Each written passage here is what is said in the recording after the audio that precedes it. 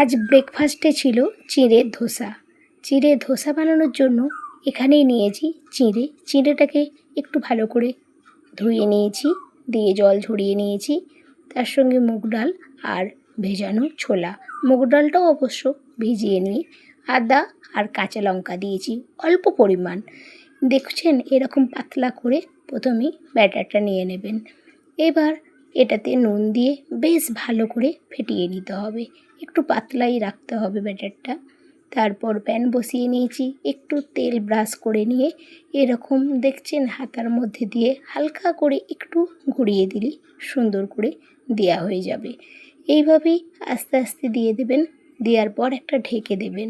ঢেকে দিলে দেখবেন ওপরটা সুন্দর একটা নরম, বেশ দেখতে ভালো লাগবে যখন, তখন এবার তুলে উল্টে পাল্টে সেঁকে নিলেই একদম চিঁড়ের ধোসা রেডি। কি খুব ইজিভাবে বানানোও হয়ে যায় আর খুব হেলদিও। এটা তো সকালের টিফিনেও যখন মেয়ে স্কুলে যায় তখন দিই এটা, বা আমরাও এটা খেতে খুব ভালোবাসি।